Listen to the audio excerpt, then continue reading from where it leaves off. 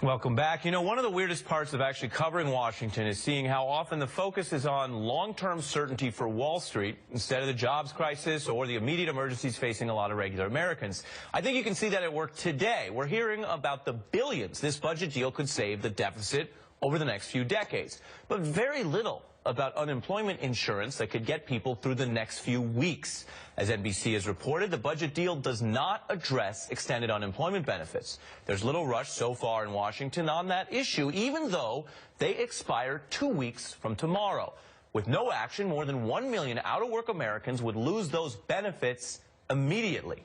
Now, the first step is pressing John Boehner to hold a vote on the issue. And Nancy Pelosi did dial up the pressure with some questions today. And what is the intent of the Republicans in not bringing up unemployment insurance? Do they think that people shouldn't have these checks?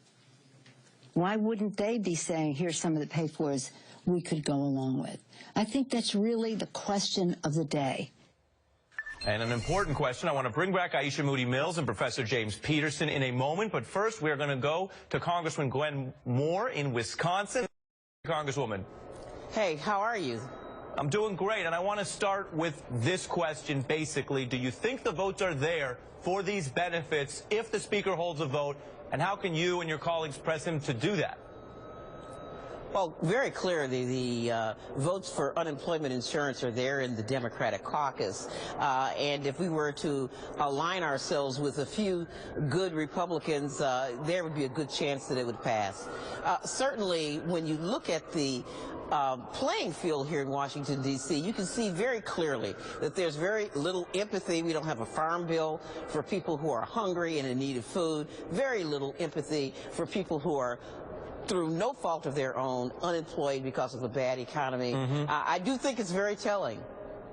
And Congresswoman, you mentioned getting some Republicans on board. That was an issue today that produced some pretty harsh exchanges on the House floor. Let me play just a sample to set it up. Basically, there was a Republican congressman responding to a Massachusetts Democrat who said, look, this is holiday season, have a heart. Take a listen. Anything short of a bipartisan, bicameral solution is showboating for those folks who are hurting, not doing a dadgum thing to help them. We don't need showboating in this institution, Mr. Speaker. We need results. I want to give you a chance to respond to that kind of charge. Well, you know, I wasn't there for that debate, so perhaps he was talking about the bipartisan budget deal that's on the table, and if he were talking about unemployment insurance, I would agree with him that we need a bipartisan agreement for that to pass, and that it would show having a heart for those people who are unemployed. Well, with regard to the budget deal, obviously there's a lot of disappointment in the bill, but this is what compromise is all about. Very clearly, many people that we care very deeply about and who are care very deeply that there's $65 billion of relief from this sequester in the bill. And of course, we are very disturbed that there is no effort to help the long-term uninsured. But I was really hopeful when I heard Paul Ryan say through the media just today that the door was open for some discussion about including it. Now, he wants some sort of offset for it, but of course, we've passed unemployment insurance continuously on a bipartisan basis. When the unemployment was at 7%, where it is now, on a bipartisan basis, we have done this, you know, over and over and over again throughout the years without an offset. You know, Congresswoman, Paul Ryan keeps saying he's getting more and more reasonable, so we're keeping an eye on that. I also want to bring in Aisha here, who I know you know, to this point about both compromise but also democracy, right? John Boehner isn't just saying he's against this. Right now, he's saying something that becomes all too normal in Washington, but people around the country think is pretty weird, that we may not even get a vote on the issue to find out where people stand on a key question going into the holidays, going into a period where people are hurting in the recession. You know, the Congresswoman actually brings up a really great point. This idea of compromise, why is it, you know, the question I always have, why are we always compromising on the backs of regular middle-class American folks? I mean, we did some really great things with this budget. budget deal, you know, like you said, in terms of kind of cutting into this idea of austerity and really getting some relief around the sequester.